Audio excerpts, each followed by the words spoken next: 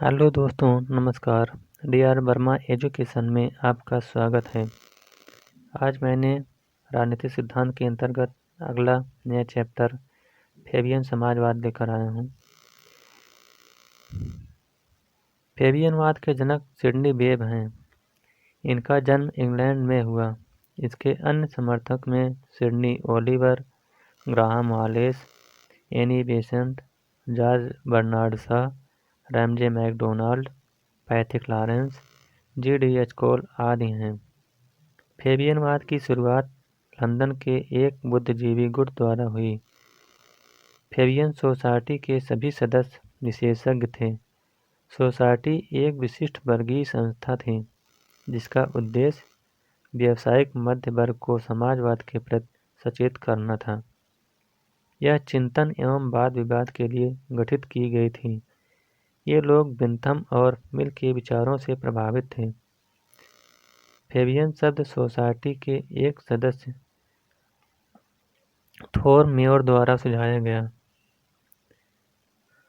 यह रोम के सेनापति फेबियस के नाम के साथ जुड़ा था, जिसका आदर्श वाक्य था, उचित अवसर के लिए इंतजार करो और जैसे ही ठीक समय आए तुरंत हमला करो, जैसे कि फेबियस ने किया था, अन्यथा इंतजार बेकार तथा असफल हो जाएगा। फेबियन सोसाइटी समाजवादियों की संस्था है। इसका उद्देश्य जमीन और औद्योगिक पूंजी को व्यक्तिगत और एक वर्ग के मालिकाने हक से मुक्त करके उस पर समाज का स्वामित्व स्थापित करना है। यह संस्था जमीन के रूप में निजी संपत्ति की समाप्ति के लिए कार्य करती है।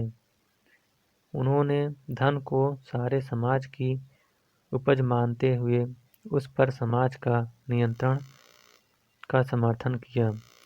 बर्नस्टाइन की तरह फेबियनवाद ने भी द्वंद्वात्मक भौतिकवाद, इतिहास की आर्थिक व्याख्या और वर्ग संघर्ष के सिद्धांत को अस्वीकार कर दिया, लेकिन मार्क्स के अतिरिक्त मूल्य के सिद्धांत में आस्था व्यक्त किया।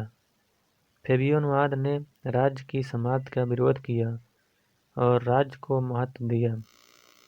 वह राज्य को सहकारी कॉमनवेल्थ के अस्थायी प्रशासन का मुख्य भाग बनाना चाहते थे। फेबियनवाद ने सीमांत उत्पादकता, म्यूनिसिपैलिटी शासन, लोक कल्याणकारी राज्य और मिश्रित अर्थव्यवस्था को भी महत्व दिया। फेबियनवाद शांतिपूर्ण एवं संवैधानिक तरीके से सनय पूंजीवाद को समाप्त करके समाजवाद को लाने का पक्षधर है। भारतीय संविधान का नीति निर्देशक तत्व फेबियनवाद से प्रभावित है। लोकतांत्रिक समाजवाद। भारत में इसके जनक पंडित जवाहरलाल नेहरू हैं। यह फेबियनवाद के तर्ज पर विकसित हुआ।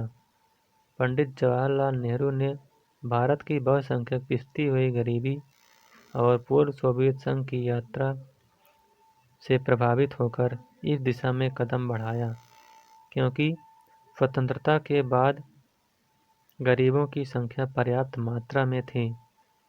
लोकतांत्रिक समाजवाद का अर्थ है कि लोकतंत्र समाजवादी हो और समाजवाद को लोकतांत्रिक तरीके से लाया जाए। भारत ने लोक कल्याणकारी राज्य और मिश्रित अर्थव्यवस्था को महत्व दिया।